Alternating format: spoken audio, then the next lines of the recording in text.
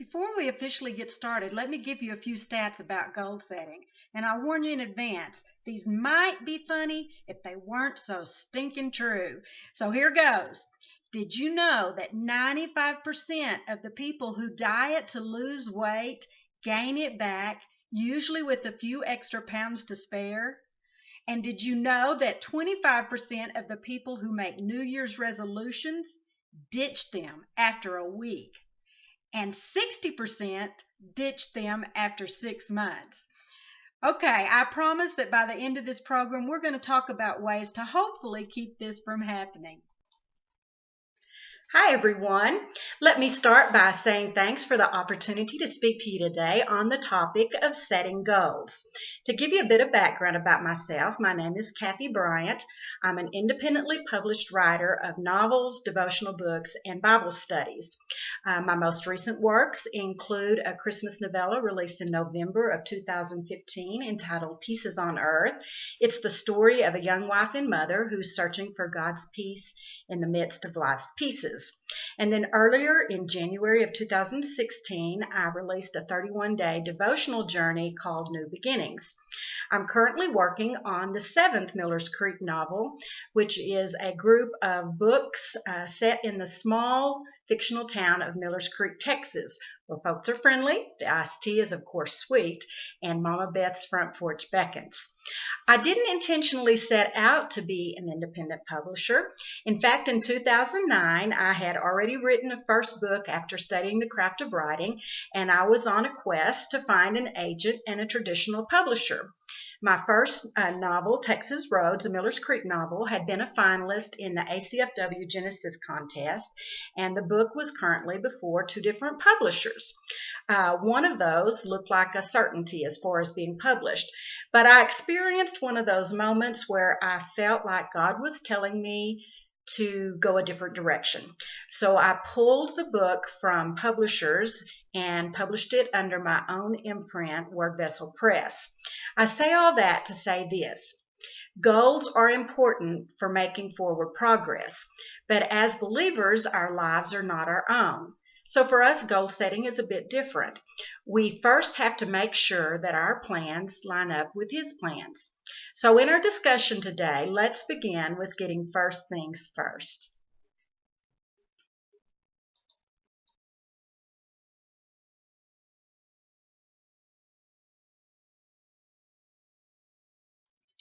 Okay, I know I'm preaching to the choir here, but this Francis Chan quote struck me as so true and very appropriate for our a little mini class on goal setting for writers.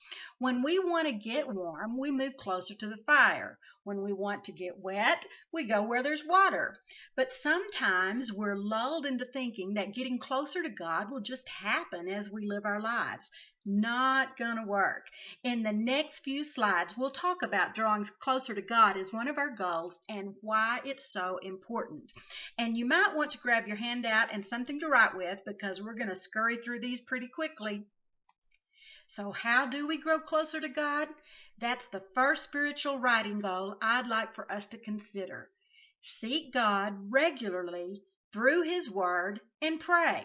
Now, I know that sounds like a no-brainer, but it was just too important to leave out. If we're going to write His truths in either fictional or non-fictional forms, we must stay close to Him. In the book of John, Jesus told His disciples that they could do nothing without Him, so they had to stay connected to Him as the vine if they wanted to bear fruit. As writers, our work is part of our fruit. We all remember the story of Martha and Mary, the 2 sisters who were oh so different from one another. Martha was a doer, a get-her-done kind of gal. Mary, well, she wasn't. While Martha was bustling about trying to make all the preparations for a large group of dinner guests, Mary had the gall to sit at Jesus' feet and learn from His teaching. Martha wasn't one to let that pass, so she took her complaint straight to Jesus, thinking He'd surely side with her and tell Mary to get up and get busy. But instead, He told her that Mary had chosen the one thing that was truly needed. We all need that one thing, and the only way to get it is to sit at Jesus' feet. All of us have received the gift of writing as a spiritual gift, which according to this verse, we're to use in serving others. It's not about us.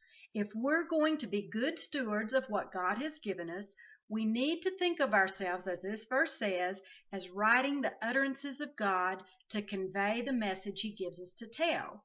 So the second spiritual writing goal for us to consider today is this: let's bathe our writing projects in prayer and ground them in God's Word. Writing is not only a ministry, it's not only a message, but it's also a form of teaching, whether we write fiction or nonfiction. Did you know that James 3:1 tells us that teachers will be judged more strictly? Why do you think that is?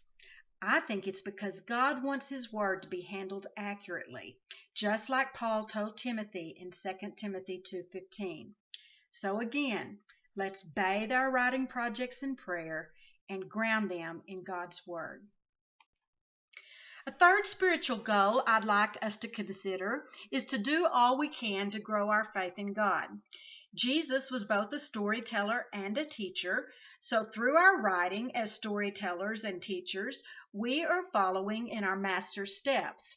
As His followers, we want to please Him, don't we? But according to this verse, that requires faith. Enough faith to give up our plans and agendas to follow His instead, which can often be difficult for us to do. I do want to insert a quick warning here, and trust me, the warning is especially for me. It is all too easy to allow the pursuit of our goals to get us off track spiritually. This happens in ministry all the time. You've probably seen it just like I have. The ministry becomes the focus rather than God being the focus. So we need to be careful that we don't allow our writing to become the focus or our mini God rather than God being the focus. Instead, let's grow our faith in God.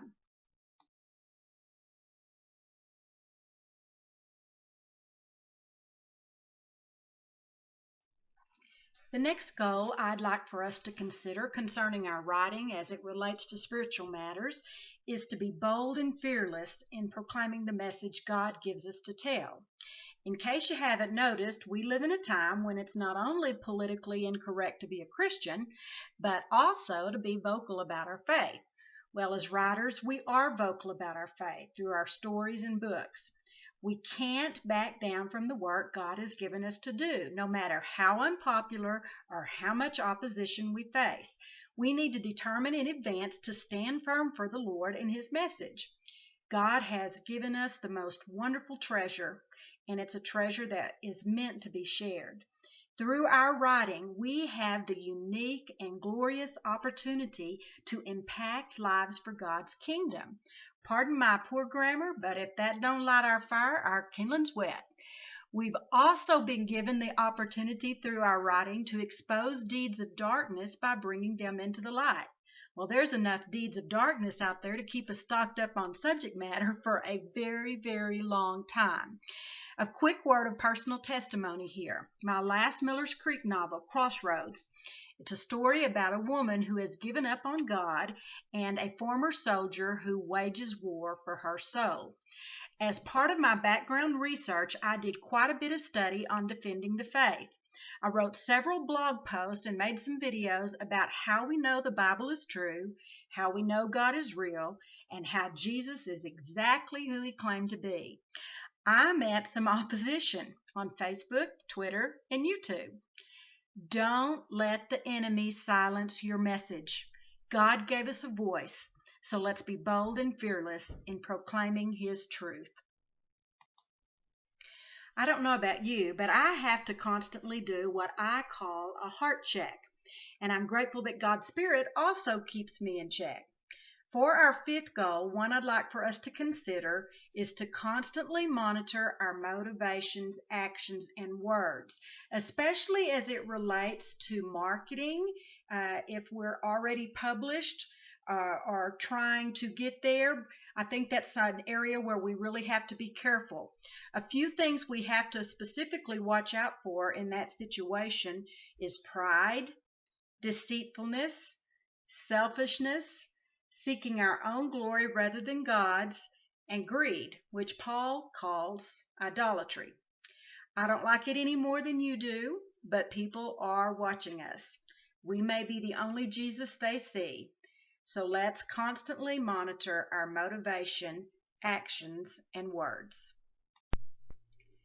I truly believe that based on God's Word, we are to develop our God-given gifts so we can serve Him to the best of our ability.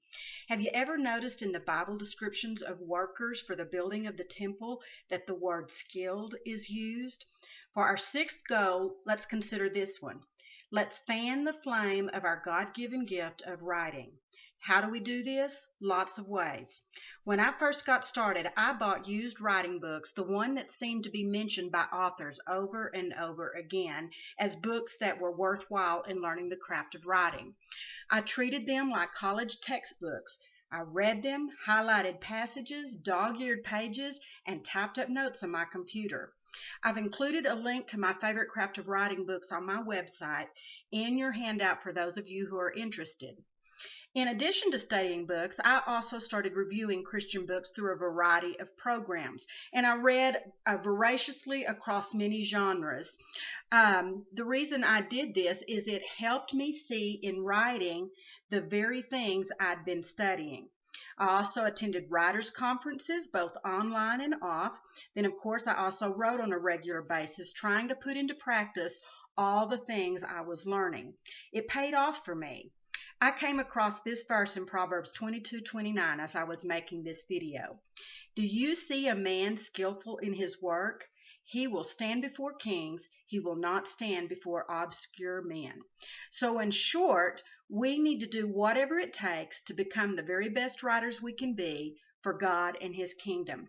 Increasing our skill level as writers is not only a good goal to set, it's also biblical. The year before last, I wrote both a novel and a corresponding Bible study on the concept of forgiveness. I did this mainly because I feel like it's one of the most misunderstood and misapplied aspects of our faith. But it's so important because it's something we all need. And one of the most difficult things we all face at some point or another is learning to forgive ourselves. My husband and I were relief house parents at Arkansas Baptist Boys Ranch for a while, and we had to deal with this a lot with some of the guys. So for our seventh spiritual goal, please consider whether or not this one applies to you. Forget the past and move forward with God, just like this verse tells us. His mercies are new every morning. Satan wants to keep us hung up in shame and guilt so that we're spiritually paralyzed.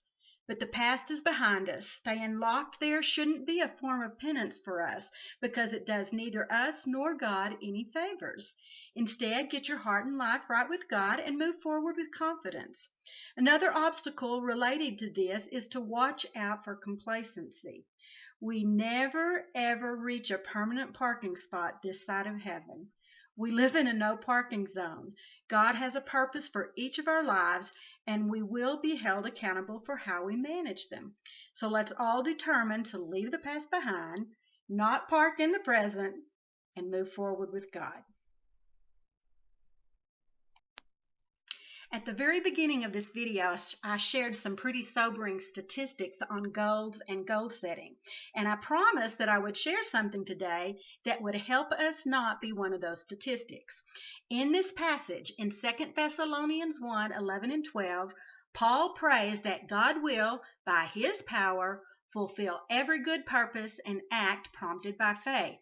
Did you catch that? Did you notice the phrase good purpose and act? Those good purposes are the goals that we prayerfully set. But it's not enough just to set them. That's why so many people don't reach their goals or why they give up on their New Year's resolutions.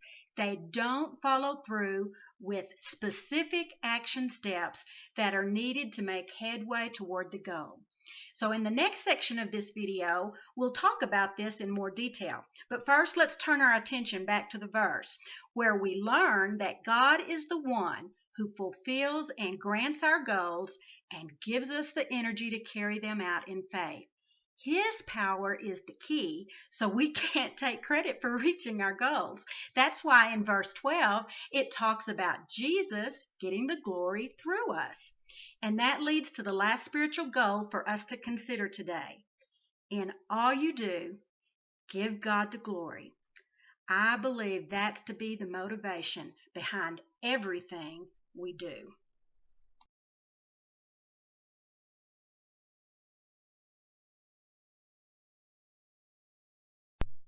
Setting goals and reaching them is really all about organization, planning, and then implementing the plan with action.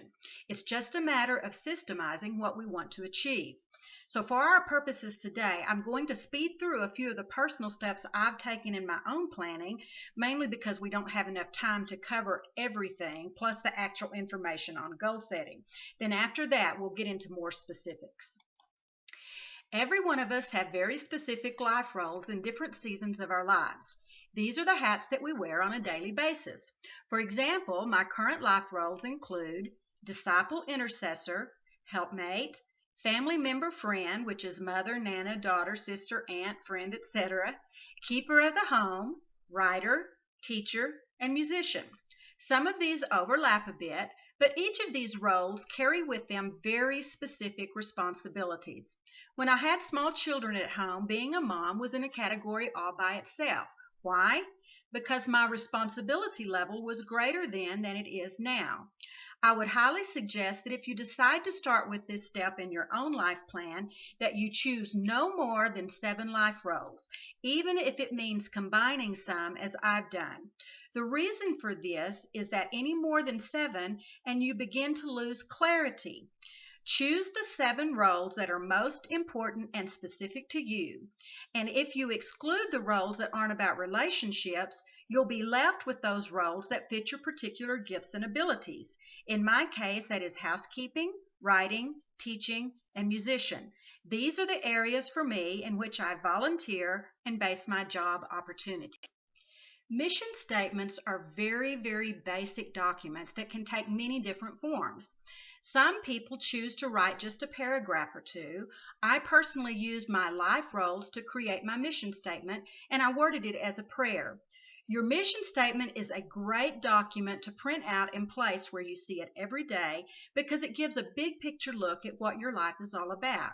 It truly is your life mission. I've included my mission statement in your handout as an example. Life goals are 3 to 5 items that you want to accomplish during your lifetime. My life goals I took from my personal mission statement. These are not at all specific, but written in generalities. An example for us as writers might be this. I want to be the very best writer I can possibly be and gear my writing toward making more and better disciples for God and His kingdom. Overarching goals are usually around 1-year goals, and the reason I call these overarching goals is because they are by nature very, very vague and they arch over the whole year. After all, most of us don't have a clue what we'll be doing a week from now, much less a year from now. An example for us might be this. I want to write 1 to 4 books this year. Or perhaps we could use this one instead. I want to study the craft of writing to improve my writing skills. 3 to 4 overarching goals are all you need. Another possibility is to divide these goals into different categories in your life. Now, I'm not big on compartmentalizing our lives, but for the purpose of setting goals, it can be helpful. For example, you could have one overarching spiritual goal, one overarching business and financial goal, one overarching physical goal or health goal, and maybe one overarching relational goal. The reason that we only choose these 3 to 4 will become more clear as we move further into this topic.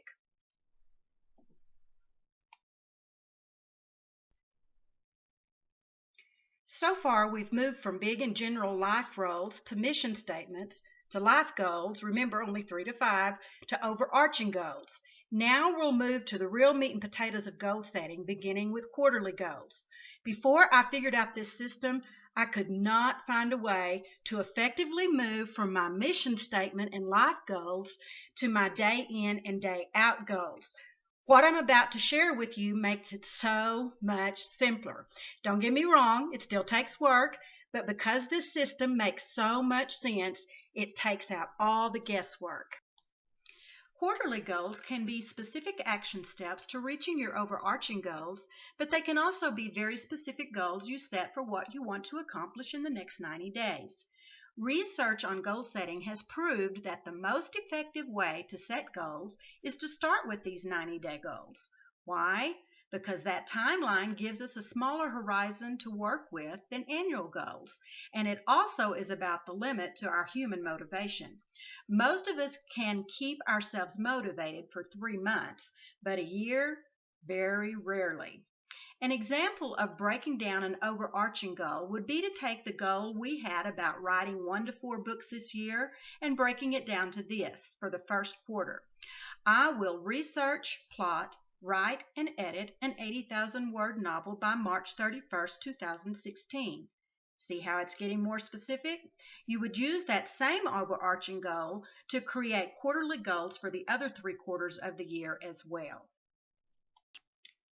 This is where we bring in the idea of SMART goals. Some of you may have heard of this before, as it's a very common acronym. The letters of this acronym stand for specific, measurable, meaning you can verify its accomplishment, attainable, here's my true confession time, this is where I struggle. I definitely tend to overprogram myself. The R stands for relevant to you and your life goals and roles, and T is time sensitive. Let's look back at the goal example I gave and see if this goal matches the SMART acronym. Is it specific? Yes. Measurable? Yes. I'll be able to look back on the goal at the end of March to see if I've reached it. Is it attainable? Yes. It won't be easy, but I've used this time frame before for a similar goal. Is the goal relevant? Yes. It's my life work, in my skill set, and one of my roles. Is the goal time sensitive? Yes. The date makes it time sensitive. The next step in the process are the monthly goals. These are based on the quarterly goals. They are specific and an action step that's needed in order to reach those quarterly goals. An example using the goal we discussed under the quarterly goals would be this. I will research and plot out the story structure for an 80,000 word novel by January 31st, 2016. February's goal would probably deal with actually writing the rough draft of the book, and March's goal would be the editing phase. Starting to make sense? Next come the weekly goals. Here we break the quarterly and monthly goals to even smaller bite-sized pieces. Accomplishing these weekly goals moves us closer to reaching our monthly goals, which in turn moves us closer to reaching the quarterly goals. Let's take our monthly goal on the research and plotting of a novel and break that down into weekly goals for January. Here's week 1. By January 9th, 2016, I will research the work and salary of a ranch foreman in Texas, the high school choir contest schedule for Texas, and the legal ramifications of being falsely accused by a student as a teacher in Texas. Yes, in case you haven't guessed, I'm giving you some insight into the next Miller's Creek novel. Week 2 might be something like this. By January 16th, 2016, I will completely fill out the multi-page character charts for each main character and take online personality tests for each of them. Yes, I do that. For the third week, by January 23rd, 2016, I will have completely plotted the first half of the novel using my story structure chart and outline. And the fourth week, by January 31st, 2016, I will have completely plotted the second half of the novel using my story structure chart and outline. See how the goals get more and more specific, but also serve as action steps for the bigger goal. And finally, we reach the daily goals. The smallest baby bites for our goal setting are those daily goals and steps we take to reach our weekly goals, which then influences our monthly goal, which further influences our quarterly goals. So our daily goals for the weekly goals we set concerning research and plotting a book now become daily activities that inch us closer to reaching that weekly goal. So for Monday of the first week in January, my goal might be this: Today I will contact a person I know who owns a ranch in Texas and ask them some very specific questions about the work and salary of a ranch manager. I would probably even include those very specific questions in a document. Tuesday's goal for that first week in January would be something like this. Today I will contact a former classmate who is now a choir director in a high school in Texas to find out about how her school year and class schedule is structured, especially as it relates to concerts, contests, and after-school activities. Notice that I've added a bit here, such as class schedule. Class schedule didn't come up in the weekly goal. It's okay to realize that you need more information than you originally estimated. In fact, it's a good thing. It shows that you're getting more involved in the nitty-gritty details of your story world, which will make it even more real to your reader. Wednesday's goal might be this. Today I will use the internet to research past legal cases in the state of Texas where teachers were falsely accused by their students to gather details and potential pieces of a storyline. Thursday's goal might be this. Today I will contact a couple of attorneys I know in Texas to see if they've had any experience with this particular scenario and to gain insight into the legal process in such a situation. I would suggest that you only use 3 or 4 days of a particular week in meeting a certain weekly goal. Why? Because you have other goals to reach as well.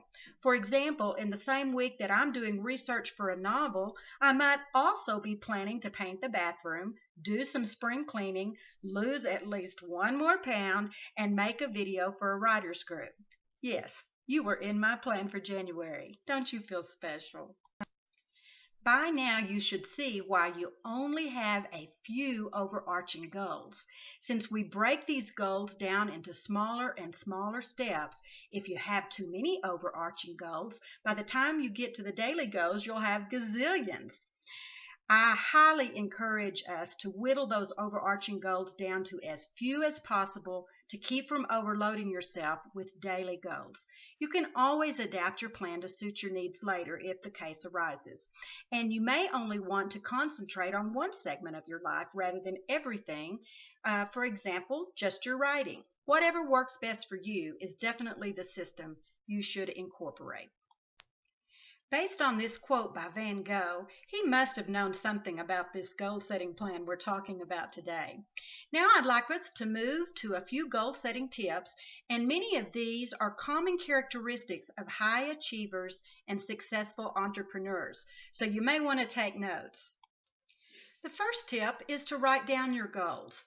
This action makes your goals more real and will help keep you accountable in following through.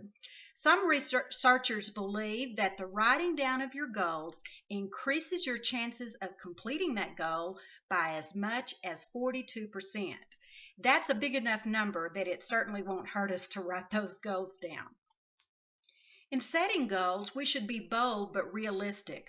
There is a very, very fine line between over-programming ourselves with too many or too lofty goals and dumbing down our goals to the point that we're bored with them. The best goals are those that challenge us, require effort, and stretch us out of our comfort zone. Science has proved, and so has my teaching experience, that we're more likely to reach those big goals because the stakes are higher. It's also a biblical principle that we get out of something what we put into it. Sowing generously leads to reaping generously. So if we set our goals too low, we might reach them, but without the energy and enthusiasm of nailing a more difficult goal. The next tip is to create accountability. This might be as simple as creating an accountability chart for your goals, or it could be a little more complex, such as finding an accountability partner to meet with on a regular basis to discuss goals and hold each other to account for meeting those goals. And it's also been proved that having an accountability partner improves the odds of reaching our goals. Fourth, we should be completely honest with ourselves in goal setting and in reviewing those goals. The entire process requires that we be 100% honest with ourselves in each and every aspect. Anything less will distort the process and therefore distort the results. We should remember that it's really easy to deceive ourselves, as it tells us in Jeremiah 17:9. It's easy to deceive ourselves into thinking that one of our pet activities serves a purpose when it really doesn't. It's easy to deceive ourselves into thinking that one small relapse won't hurt anything. I could go on and on and on. But the main point is this: we shouldn't live in denial or fantasy land. We need to tell it like it is to ourselves. We need to have high but realistic standards. Let's remember this equation to keep us on the right track and to serve as more motivation to stick with it. Accountability plus self-honesty equals success. Tip number 5 is this: expect resistance and plan for it. Human beings have the distinct capacity to plan a goal 1 minute and then immediately resist it. Not only will our brains betray us, but life is going to hand us obstacles from time to time which tempt us to completely ditch our goals. If we fall off the horse of a particular goal, the best thing to do is to make ourselves get back on that horse and ride it. Trick your brain into cooperating with you by promising to only work on a goal for 1 minute a day. Once you get started, you'll find you're not ready to quit. Starting is the hard part, so just start and see where it takes you. The 6th tip is to organize your environment in such a way that it pulls for you. In other words, if we're trying to lose weight, it's probably not a good idea to stash 24 bags of Oreos in the dark recesses of our closets. That's a good way to set ourselves up for failure. And I'm not going to tell you how I know this. Here's a personal example that kind of helps explain this tip. A few years ago, I gained some weight through the course of some challenging life events. Hello, emotional eating. At the end of 2014, I decided that I was tired of lugging around those extra pounds. One overarching goal of mine was to lose weight in 2015. Another goal was to improve my health. So I organized my environment in such a way that it pulls for me. I set up my treadmill as a standing desk by cutting 2 boards to lay across the handles. It's just big enough to hold my laptop, a notebook, and sometimes something to eat or drink. Now I exercise while I work at my computer, whether doing promotional activities, blog posts, book writing, email, or engaging with my readers on social media. When I have my miles in for the day, I use the treadmill as a standing desk. This keeps me from sitting hours upon hours at a time, which is very bad for your health and your weight. I'm happy to report that by the end of 2015, I had lost 15 of those pounds, and I hope to continue that weight loss trend throughout 2016. The next tip is to know precisely what you want to achieve and by when. Schedule the time and place for accomplishing what you want to achieve and protect your time and your place. Set up real consequences for not doing the work, including thinking through how it's going to make you feel if you don't accomplish what you're setting out to achieve. If you do these things, you're much more likely to pursue your goal until you reach it. The next tip is to schedule our days in blocks of time and only work on one goal at a time during that time that you've blocked off. Multitasking may sound like a good idea, but it's a complete myth. Yes, we might be able to balance the checkbook while we're watching television, but our chances of making a mistake are also greatly increased in the process. It's been scientifically proven that multitasking divides our productivity rather than increasing it. In addition, it's really bad for our brains. Many successful entrepreneurs take 1 or 2 weeks at the end of each year to map out their goals in advance and write each step on a calendar. So our next tip is about doing that. Now you can map out your day, your week, your month, your quarter, and your entire year if you so choose. But in complete honesty, I personally find it very difficult to work through this process in such a way that I have the entire year completely mapped out. So I tend to have my own overarching goals for the year, but work in one 90-day increment at a time. As I near the end of that 90 days, I feel much more confident about scheduling the next quarter. I think when you're setting up systems of any kind, whether goal setting systems, writing systems, home organization, you name it, it's so important to do what works best for you. This will probably mean some tweaking and adjusting until you get things the way you like them, but the end product will be a system that works for you. So while having an overview of the entire year is not necessarily a bad thing, I just much prefer to do one quarter at a time so that I don't have to make a lot of changes to my original plan as the year advances. I think this next tip is so very important.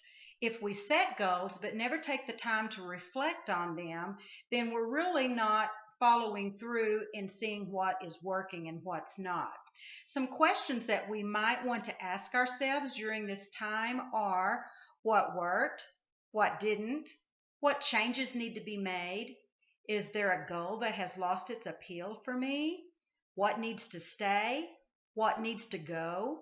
What can stay, but only with modifications?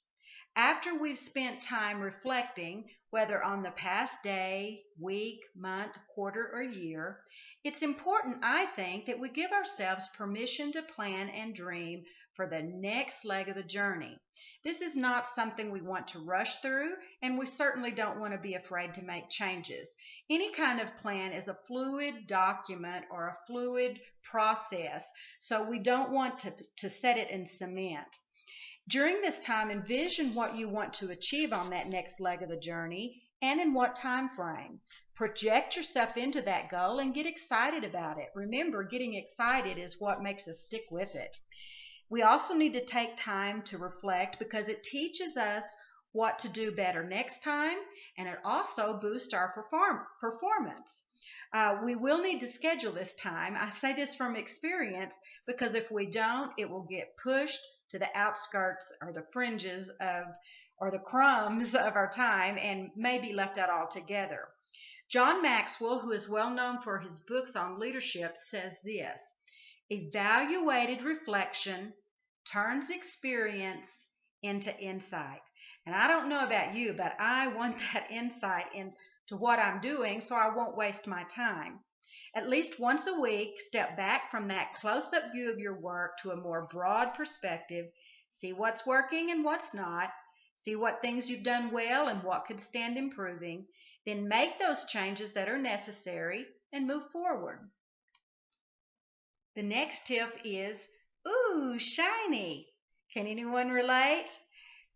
I am so easily distracted, and the older I get, the worse it gets. So on this tip, we need to learn to kick those distracting activities to the curb. If we truly want to reach our goals, we must learn to manage distractions. One way to do this is to spend your allotted block of time for each goal and then reward yourself for just a few minutes with a set amount of time for those activities you enjoy, which sometimes tend to turn into time wasters. One that I have to monitor, but I am doing better at, is the amount of time I spend on social media sites. So once your time limit for distractions is up, get back to work on the next goal and block of time. I think it's only fair that we are realistic and be prepared not to meet our goals sometimes. I'm not one to handle personal failure very well.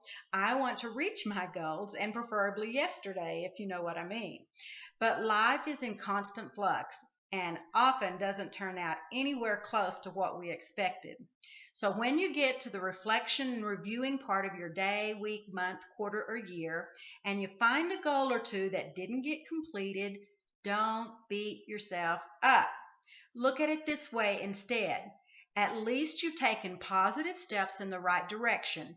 You're closer to reaching that goal than ever before, so don't give up and quit. Just add it to the next time period and adjust your schedule as necessary. Someone once said it this way: aim at the moon. Even if you don't reach the moon, at least you'll land among the stars.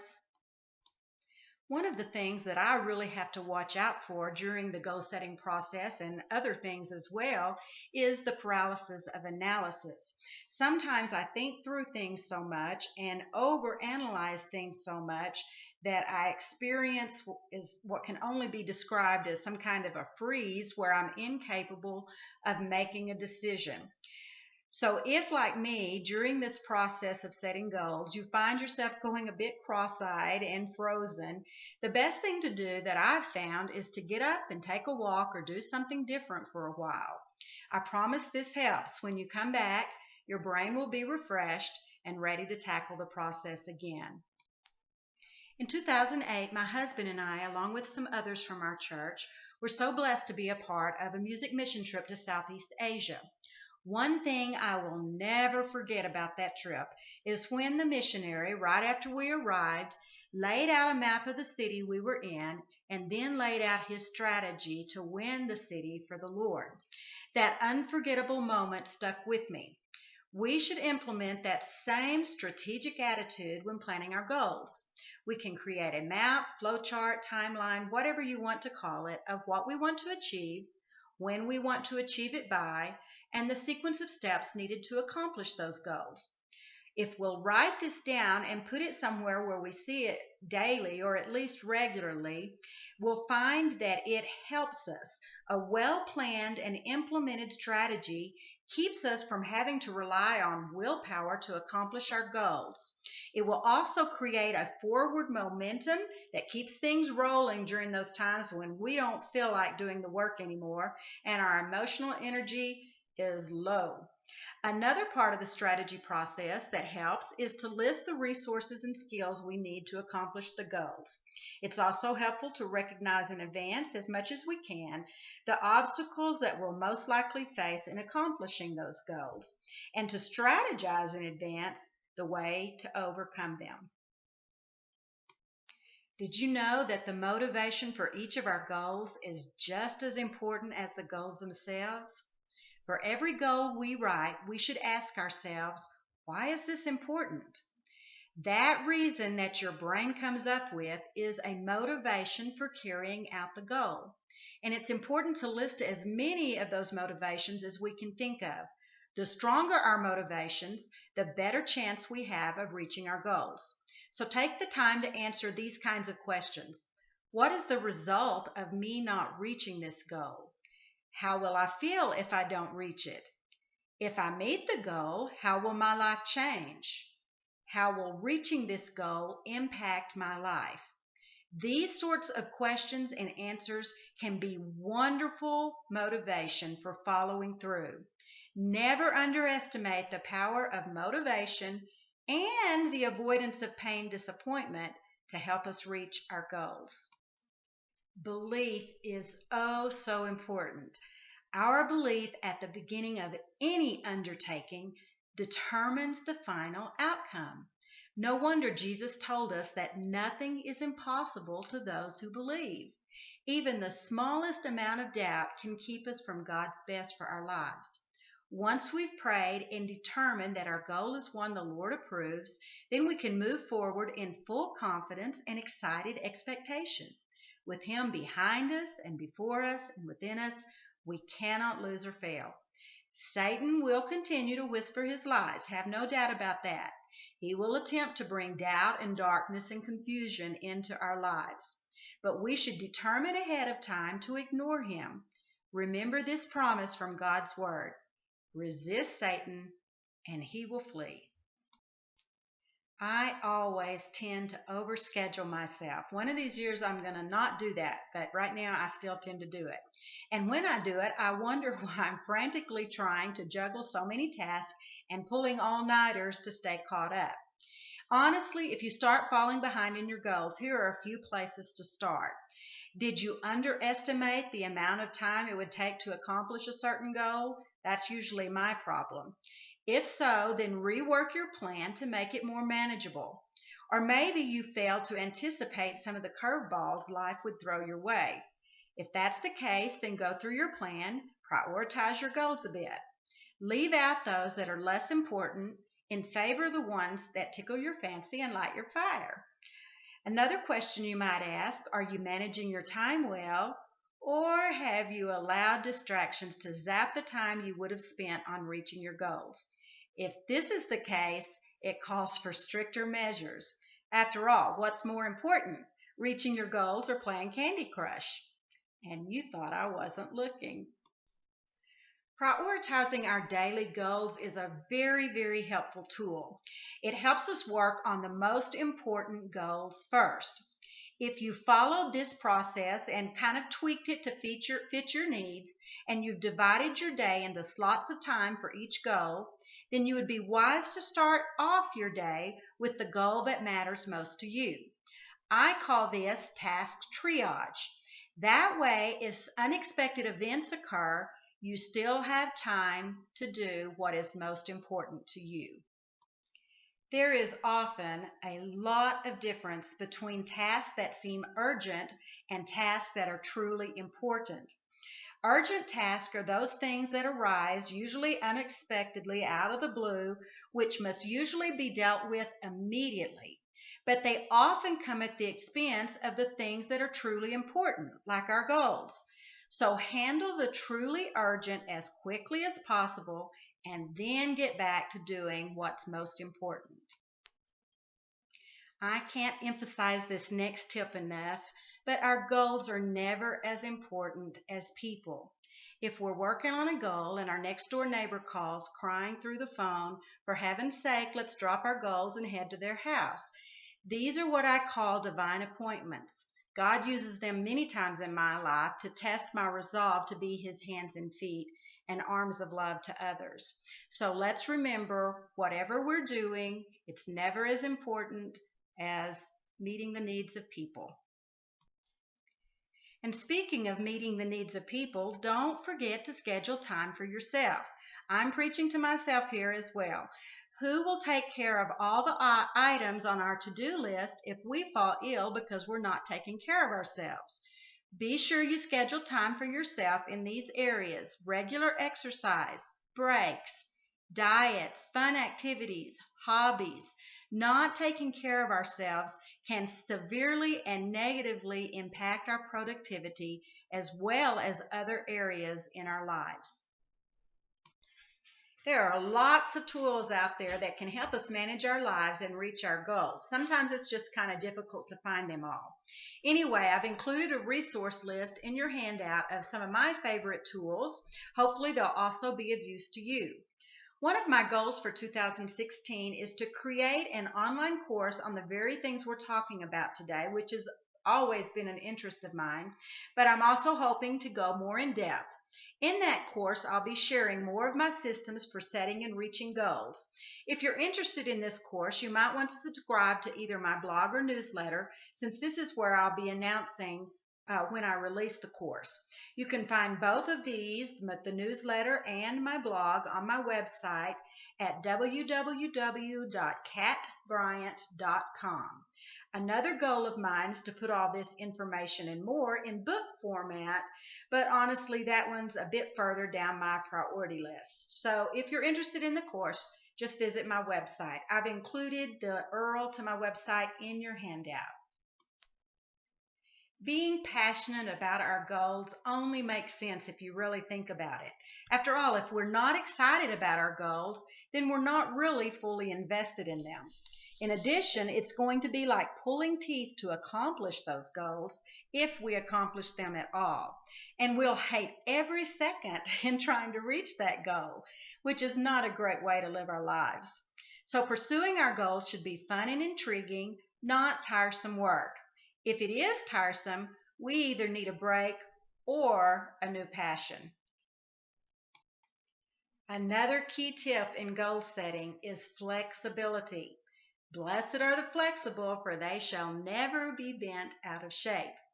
We need to be realistic to recognize that our plans and goals will sometimes need alterations. So we expect that resistance and those obstacles, and we're flexible enough to meet both of them head on.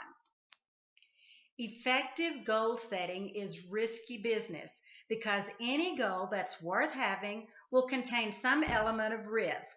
Writing a novel is risky. It takes your time, your energy, and your talents, and you never know when you're writing it if you think it's going to be as good as you hope it will be when you get started. So we have to be willing to leave our comfort zones and try new things and take those risks. Being a lifelong learner and risk taker is an adventurous and exciting way to live our lives. One of the best and most important ways that we can increase our chances of meeting goals is to have a strong support system in place. We should surround ourselves with positive and encouraging people.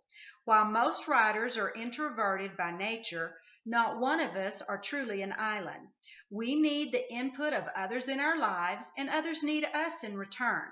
So if we have an accountability partner or a critique group or a partner, that counts as part of our support system. Please don't neglect this very important step in goal setting. Here's an interesting way to look at life management and goal setting. Pretend that you are hiring someone to manage your life, and the person you choose for the job is you. Part of any sort of management or stewardship is accountability. Though we might not give it much thought, we will be held accountable for how we spend our lives. High achievers over and over again have proved that they know how to manage their lives well. So how would you answer these questions? What kind of job are you doing as your life manager? Do you deserve a raise, or should you be fired? Having a positive attitude never hurts any area of our lives. This goes right along with leaving the past behind, as we discussed earlier in the segment on spiritual goals. Part of having a positive attitude means forgiving others, including ourselves. It means letting go of those things that hinder us from being the best we can be and doing the best we can do. Sometimes these things are things like negativity, unbelief, and doubt. Did you know that many high achievers have the same common characteristic of regularly expressing their gratitude? Everyone has something, and usually many things, for which we can be grateful. So let's take the time to say thank you to God for bringing us through the past year and see if we can change our perspective on some of the negative things that occurred last year. For me, this often means finding a positive spin on something, perhaps something I learned through a difficult situation. One question we can ask ourselves is this: what do I most want to be grateful for a year from now? Write that answer down and make it your focus for the new year. Counting our blessings is not only a great way to start a new year, it also adds motivation to our goals, and it's a great way to live our lives. Research has proved that you can't be thankful and stressed at the same time. For that reason alone, gratitude should become a daily habit. Speaking of habit, one of the best things we can do in setting our goals is to harness the power of habit.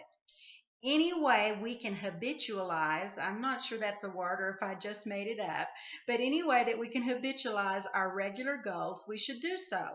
The power of habit is a great force to catapult us past those days when we just want to quit and give up.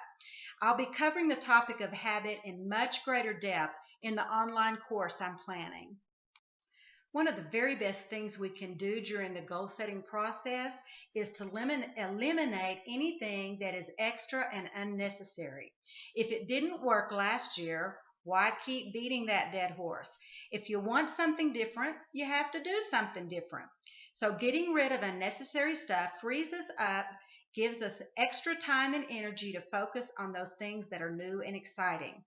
Extra stuff might include distractions, old bad habits, broken systems that never really worked anyway, clogged email inboxes, stacks of paper that we're planning on getting to one of these days, and so on and so forth. So let's get rid of anything we don't need to make room for what we want to achieve.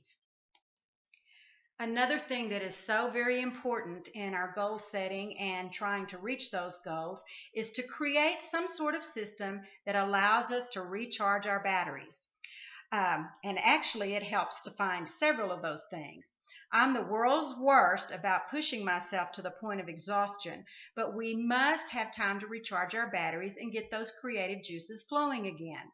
This can be vacation time, but it can also be little things such as a nap, exercise, reading, a massage, a shopping day, spending time with friends and family, treating ourselves to something we enjoy, disconnecting from social media and the telephone for a while, walking outdoors, anything that provides a change of pace.